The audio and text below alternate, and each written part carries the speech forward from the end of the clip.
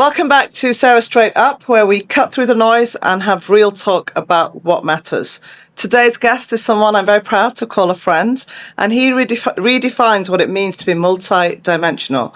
An ex-Olympic level coach turned serial entrepreneur, crossed boundaries, crossed countries, brand strategist, and a co-founder of Dubai's most dynamic running community, which you will have seen if you have social media. I'm so excited to welcome Nasir Hassan, or as we call him, Nas, man on a mission. Man on a mission. 0161 from Manchester. Nas, thanks for joining us today. Sarah, Malik, my sister, thank you for inviting me for your podcast. It's a pleasure being on it. We've been catching up months and months, and we always said we're going to do a podcast. And now I'm glad to be your podcast. I don't attend that many podcasts, but yours is a special one. Thank you. And it's interesting you say that, because our previous guest last week said the same thing, that I don't do any, but I could say no to you. I want to do yours. So thank you. Nas, I want to rewind. I want to take it back to where it all began. You used to be in the UK, right? You were in Manchester? I lived in Manchester. You were training Premier League players, Olympic gold medalists, and those who don't know, a personal trainer, UFC fighters, and you were at the peak of elite coaching. 100%, yes. I studied at university, graduated, set my businesses looking after the best of the best athletes in the world, football, rugby, UFC, whatever you want to call it, top athletes. The goal was to get to work in Olympic level. And that's because you're committed to excellence. You drive yourself. The goal was to be the 1% of whatever you are. So I want to be the best of what I do. And the best of what I want to be was to work in the Olympics. I achieved. And after I achieved, I just realized that I'm trading time for money. And I knew it. Everything has a time. I spent 10 years there. I actually enjoyed it. It was fun. I met so many people with so much diversity, different culture, different personalities. And it was fun. And you then put that 1% mindset into what you do next. So you go into entrepreneurship. You don't leave that behind because you're back into it. Yeah. And I think who you really are always comes back to you. You don't escape it. Yeah. But what made you press pause at the time, apart from doing it for 10 years, reaching and smashing the goals you'd got to, and then enter into a life of entrepreneurship? It was honestly, it was very simple. One time I had built other businesses while I had a full-time job, and I realized that my full-time job, I was spending a lot of time. The other businesses that I invest time on, it was making more money. So I had two other businesses. I had care homes, which done well, and I'm sitting there and I was making more money.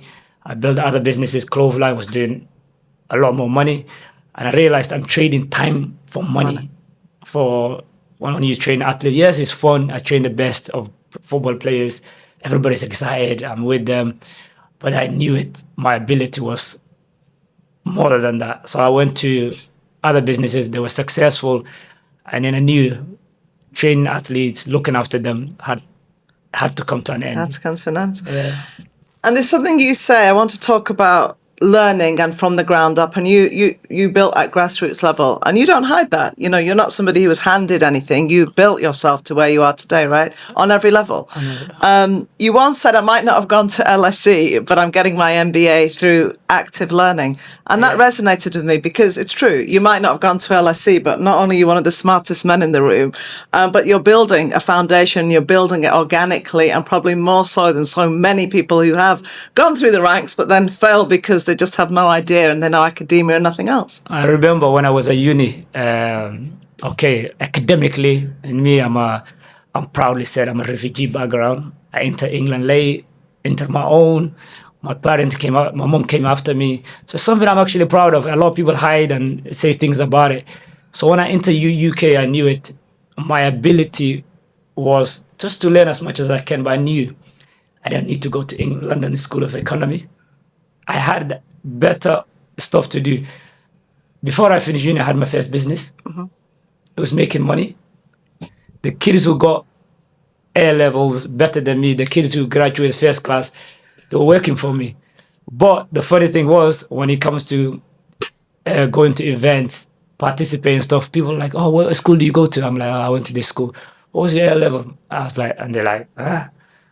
And they realized that I was more successful than 90% of the kids that I had. And I First think class. that judgmental, and it happens a lot in professions, and generally that, oh, but you didn't get to that level.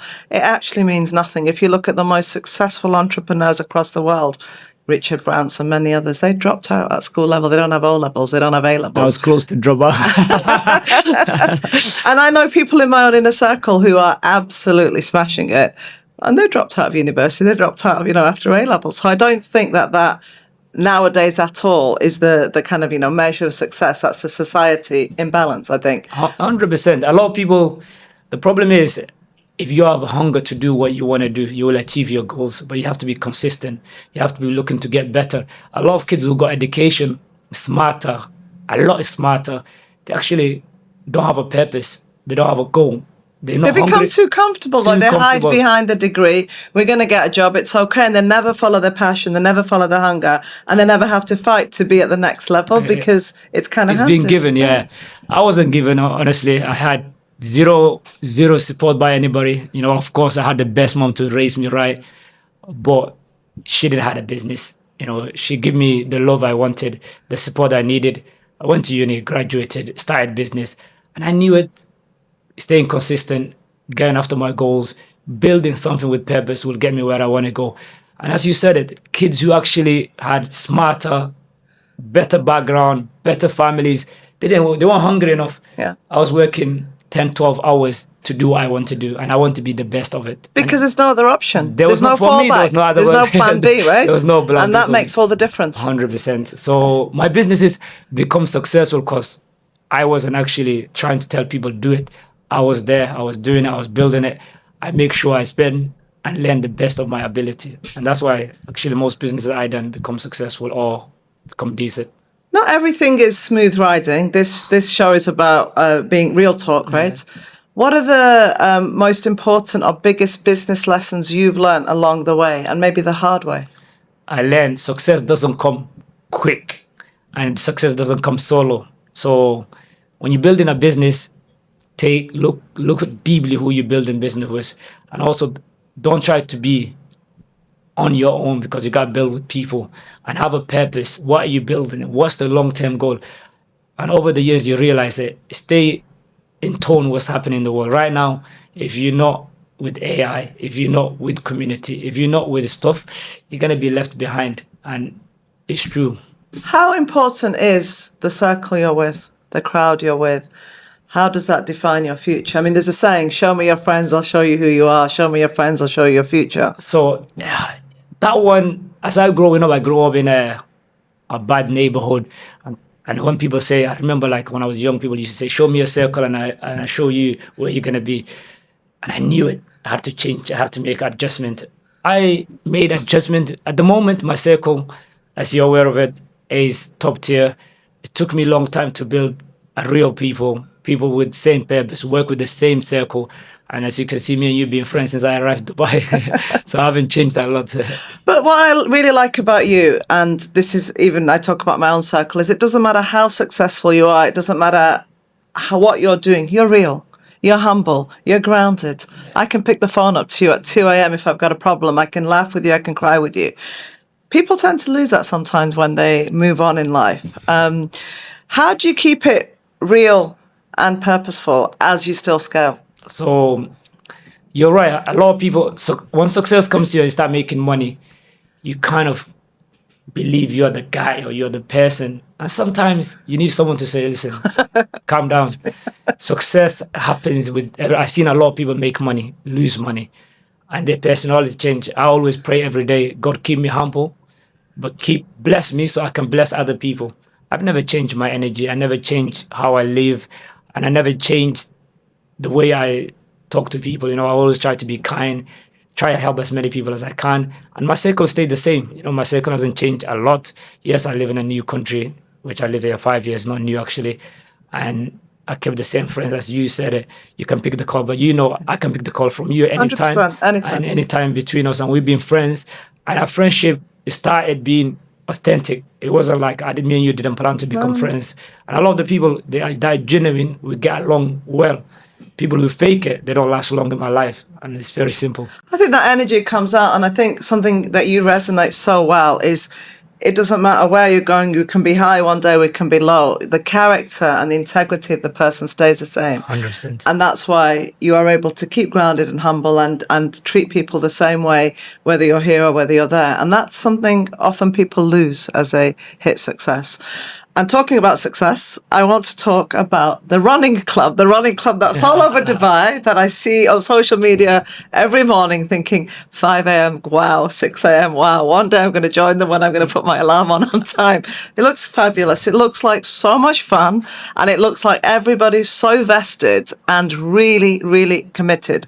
So it started as a small running group with no hype, and I know it was you and another 01. We call Manchester 0161, by the way, because that's the dial code. Another person from Manchester. Yeah. And now it's the biggest and most fastest growing running community in Dubai. It started from nothing. There was no hype. There was no, marketing. It just built organically. Yeah. What made you believe people needed something like this in Dubai? And you talked earlier about community, so I want you to address that. So first thing, I have a mentor. And he always told me, 2023, end of 2023, told me, listen, Nas, learn AI, ChatGPT, and build a community. So then the first two, build up.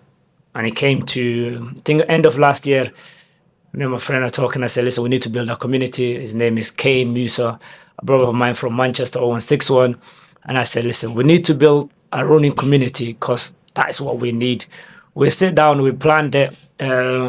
The goal was very simple, to do 2 days, but even if nobody show up, me and him train. It was a chance for us to train and make sure we kept them 2 days, because I train every day now. I think this year I train every day. Maybe one day I was flying, I missed. So, and I knew it. I like training. I like helping people. Oh, it's in your DNA. It's in my DNA. We started with 2 people, and now we have 850 people. It's the fastest growing community in Dubai. It's the most energized, and it's different to any other run club. It's actually insane. Yes, we didn't expect to go this fast, but we knew if we apply it right, we can take it to the next level. And you have children joining you, and you have people of all kinds of abilities joining you, some who are maybe professional, some who are probably starting out because it looks like a lot of fun. Yeah. And you include everybody. So you're not elitist, and I think the community loves that. So I tell everybody, just turn up 5:30 in the morning, leave the rest of us. So we have ladies who give birth, come with their baby. You will see some videos, me running with the pram. We got no problem. The goal is not to finish the fastest. The goal is collectively to finish together. And that was something everybody was like, yeah, but I want to run fast. It's like, this is not for you.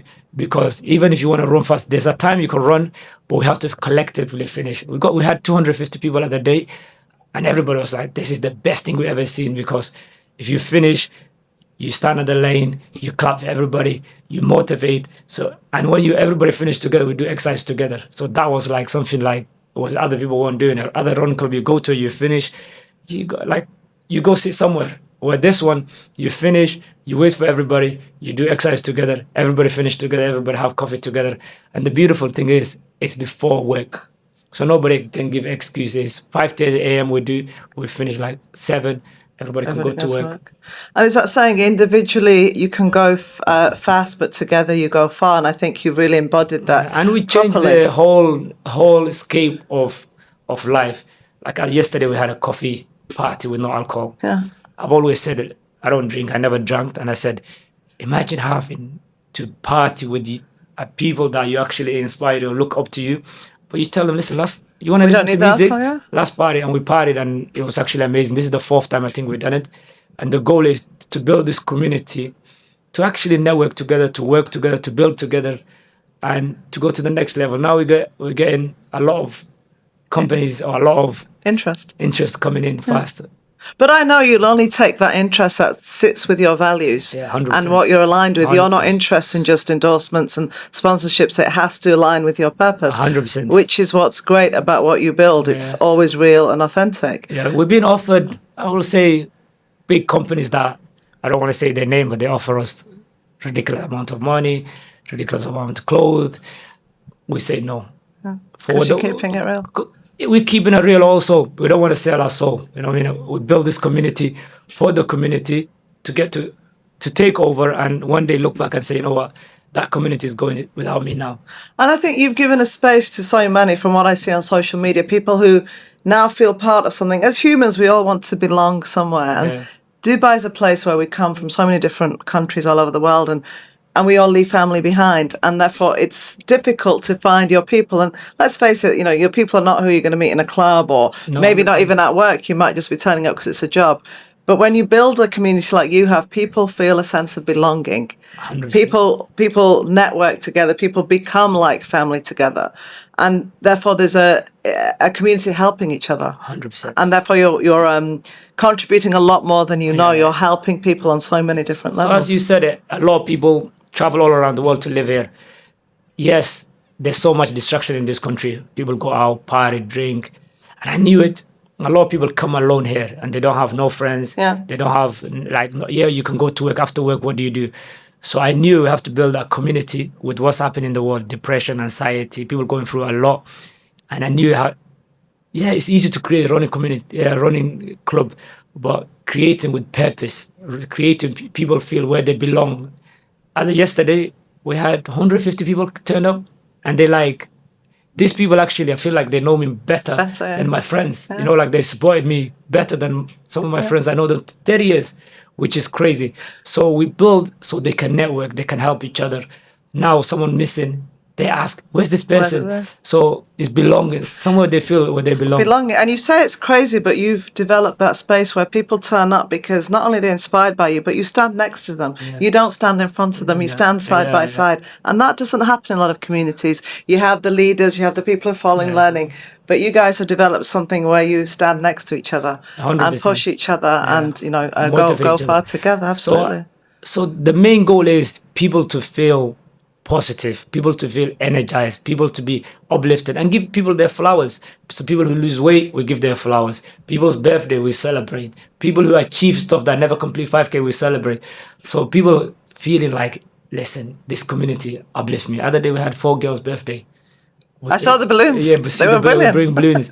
We had a guys who run Dubai to Makkah. We celebrated success. Mashallah. We had ladies who completed their first 5K ever. We celebrate. The goal is to build with these people, the collective community now. Actually, you go to the mall and you meet 10, 15 of them. And you're like, hey, Nas. I'm like, but it's amazing, man. I'm loving it. You've seen both sides. I want to talk about purpose and performance, right? So you've seen peak physical performance, you've trained the top of the top, and you see everyday people in your life who are striving for purpose, striving for meaning. You've built this, co-founded this community. Tell me what role discipline plays in motivation in all aspects of life. So motivation comes and goes. Discipline is what actually makes sure. For example, let's look at it like when you build in a running community, you have to be there. You have to be consistent. You have to turn up every time. You can't just build a community and not be there. So discipline is what makes you count every day. You're there, you're supporting, you're going. So discipline is something that you can't buy. You either got it, you can go to the gym one day, it's motivation. But can you go to the gym 4 days, 5 days? So that's a proper discipline. It applies to business. If when it comes to business, you have to apply it. We're entrepreneurs, but it requires us to turn up every day, even when No matter what. even when the light's not on. You know what I mean? But everybody thinks, oh, you become successful with this, and now it matters. No, there was a time you need to be disciplined. Avoid going out. Avoid doing a lot of things just to become successful. And how, Nas, because let's face it, we're all human. We do have those days where it's just almost impossible. I cannot drag myself out of bed. I cannot make that meeting. I just want to cancel. I'm just done. On that day, how do you motivate yourself, or how do you personally ensure that that fire is lit and you turn up and you're consistent? What do you tell yourself, or what do you do? Because you might help a lot of our viewers. Okay, for me, it's very simple. I have every month, I send money to a lot of kids, orphans that don't have families. So that is one of my motivation. Another motivation I always look up to, or I say, is my mom. And I would usually put quotes and everybody laughs. I said, mom is waiting. So you got to have a main purpose other than yourself that waiting for you. Listen, that people need you. So I know, yes, you make a little bit of money and I can still do it. I can send money to people that are actually struggling in life. But my purpose is to help as many people as I can outside. So if I'm helping 50, I'll try to help 60, 80, 100. I'm not here to show off, but the numbers, you can increase it. Yeah. So when you wake up in the morning, your main purpose is being the best version of yourself for yourself, but also people are waiting for you. People are waiting. You know what I'm saying? If You don't want to let yourself down, you don't want to let them down. Yeah, and I always said, mama is waiting. So anybody that's there, if you're not putting your mom in a place, a better place, if you bought her house, if you didn't buy her house, buy her house. If you didn't, she's not flying business class, make sure she's flying business class. Make sure your parents are looked after, you know what I mean? They're living the best of their life, because now life is short. Now we're getting old. You gotta think about your parents. And they gave you life. You cannot repay that back. We could never pay it back. We could never pay mom back. Yeah. Now, I want to talk about narrative. So one of your other biggest ventures or big ventures is Narrative Africa. And you're shaping the stories of African brands globally and strategies. So tell me, why was it important for you to create that platform in Africa? First of all, Narrative is built by me and a brother of mine called Luqman. He's based in Africa, and he's actually one of my business partners. And we knew it. We have to connect brands to influence brands to campaigns. So we knew it. We had to do this company. You're doing it with Liban. Liban's brother. Well, Liban, I mean, come on, anyone who knows Liban knows what a humble and amazing individual he is Liban is one of the smartest people I met, and probably me and you met. And the guy, it's the only guy I know speaks so many languages. It's the only guy that I know knows a lot of people. I was actually recently with him in CEO Forum in Africa, where presidents, a lot of people were there. But he's the most humblest, down-to-earth, realist person you can meet, just like yourself. So I'm not surprised that you're part of the same circle. Me and Liban cannot be described in the same page. Liban is one of the smartest guys. He's well-connected, and he's very humble. He stays grounded. He stays in his ground. So I went with Africa with him, African CEO Forum, and we were there with David O. We were there with the CEO African Forum. And Narrative was participating on that. It was actually one of the most amazing event I went there. And how do you ensure that when you are growing a brand, it's not just flashy, it's not just, hey, look at me, but it's actually sustainable, it has longevity, and it's credible? So I said the other day, someone was asking about Narrative. I said, Narrative. So we work with big artists. We work with a lot of different artists. And our name, actually, people go to our Instagram page and they said, you guys have, I don't know, 6 or 8 posts, Narrative. So Narrative work with huge brands that have 9 billion, 10 billion, and I'm talking about 19 or 15 companies, 15 to 19 companies on that. We're not flashy because the light is not on us. The light is to help other brands to connect, is to help startups scale. So we invest on startups, we help them scale as much as we work with big companies as well, because we understood the game now. So the goal is to build as many small brands, startups, and to help as much big corporations. So you're providing an equitable kind of playing field for those who otherwise can't get there. So they're starting off fairly. Yeah. That's great. Now, we all see the headlines. We see the fitness. We see the running community. We see Narrative. And we're all very, very proud of you, Nas. And I'm not just saying that. I personally am, right? Yeah. What don't I see? What don't I know? What don't people know about what's going on behind the scenes, right? Mm-hmm. We've talked about some of the myths, but what goes on behind the scenes to get to success that you wish people understood more, instead of just seeing the flashy Instagrams or the travel? To be honest, I live a good lifestyle. You know what I mean? I actually, someone who's come from nothing, I got myself in a good position. Alhamdulillah. But people, what they forget is I didn't just get here. You know what I mean? Nobody handed anything to you. Nobody handed anything to me. So it took a lot of persistence, a lot of trust in the process. Many years of downs. Yes, there's a lot of downs. There's a lot of ups. There's a lot. Everybody see the flashy, but there's been a lot of times where you doubt yourself. You're like, what am I gonna do now? But I've never lost trust. You know what I mean? I'm a guy in a faith. I pray 5 times a day. I never lost that. So I always knew dark times don't last, even when the businesses weren't going. There's times I created businesses that done well, and I exited. And now I'm like, and you're like, now what do I do? You started other businesses, they don't do well. And now you're like, oof, should I go back to England? Now things are not working as much as expected. But I always trusted the process. Yeah. And the goal is, if you have a purpose and you build something, never lose trust on Allah. Allah is the only thing that's going to make you things happen. Absolutely. And I think that faith in, look, it's no stone is unturned without the will. Yeah. That sits, I think, at the intersection of what you do. Your identity, your purpose, and your belonging. You're a man who's very grounded. You believe in your faith. You're aligned. You have a purpose. How much of what you do day to day is driven by that belief in Allah, that kind of alignment with your purpose, or the fact that you've got people waiting for you? Are all your decisions centered around that? 100%. You know, I've always said the days that I'm struggling not to pray all the time. Yeah. And, you know, the funny thing is I was actually in America over the New Year's, and I was in a big meeting, and it was a Salat time. And, you know, Americans, they're like, they're all not with their religious stuff. So I said, I gotta pray. I know, just before we start, give me 5 minutes, I'm gonna pray. And they're all like, this guy's serious, you know, like, because sometimes I don't dress like, you know, people see me with chains or stuff like that. They're like, oh, and when they see I'm praying, and I tell them, listen, my prayer is number one. My work is number two. And having purpose and religion and having something to be scared and I don't do, that's why I last long. I don't do things that I'm not actually, I don't gamble.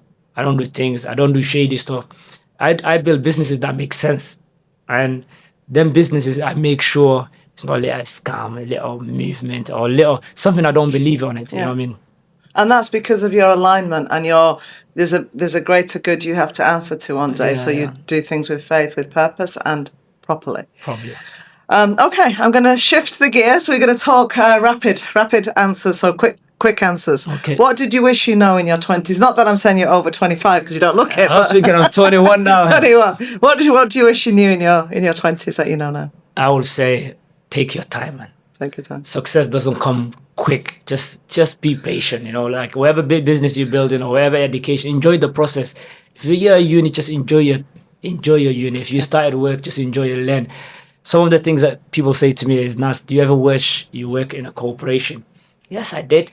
But also learning it's business. It's not so cool. It's not also learning the business in the hard way. It's part of success. Who do you look up to and why?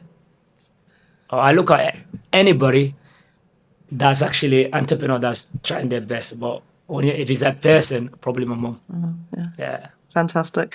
And what quotes do you find yourself saying over and over again, or that you stand by? I got a new quote now, and it says, start the engine, the destination. Once you start the engine, the destination is easy. Meaning, if you start a business, that money is going to come quick. So start the engine. Just get started. Destination will get there. Just get started. Yeah. What's the worst advice you've ever received? Or worst advice I ever received? I don't take advices, but the worst advice is it's not going to work. It's not going to work. Okay. If I were to describe you in 3 words, or you describe yourself, what would you say? I'll let you do that. To be honest, I'm humble. Yes. Resilience. Yes. And I do things with purpose. And real. Unreal. What setback have you had that's taught you the most in life, do you think? I had a lot of setbacks, honestly. I had many setbacks in business. There's companies that I actually believed the big things and it didn't go my way. There is a life journey as well. Whatever went wrong, you know, sometimes if you lose friends, family, it's part of life. Sometimes you just part have of the growth. It's part of the growth. You gotta say Alhamdulillah, man. Alhamdulillah. And final takeaways for our audience. I know we'll have many people who listen, and I know you're hugely inspiring to so many globally. When those who are listening are trying to balance a multi-layered life, a career, health, identity, ambition, there's so many different facets that youngsters and all of us have on our heads today. What's one piece of advice you give them, someone who's almost lost in a rut that I don't know what to do, what shall I do, where shall I go? Listen, first thing I would say is never compare your life to other people on social media. That's number one. A lot of kids that are growing up, they want to compare their life to someone. They don't even know what they're going through. Just pick a business, work on it, trust the process. You can be successful at 30 or 40 or 50, and that could mean everything you ever wanted it. A lot of people, they're not successful at 30. They think, a lot of the richest people in the world didn't become successful over 40. Thank you, Nas. That's been a really, really great episode. I'm so glad you were able to join us. To all our viewers, this was more than just a conversation. You've seen this. This was a masterclass for you. Thank you, Nas, for being so real, for everything you're doing to shift the narrative, to encourage, to inspire, doing it real, doing it with purpose, and doing it clean. It's not just for yourself, but you're helping the next generation. You're helping communities, both here and in Africa. And watch this space, because this is just the beginning for this man.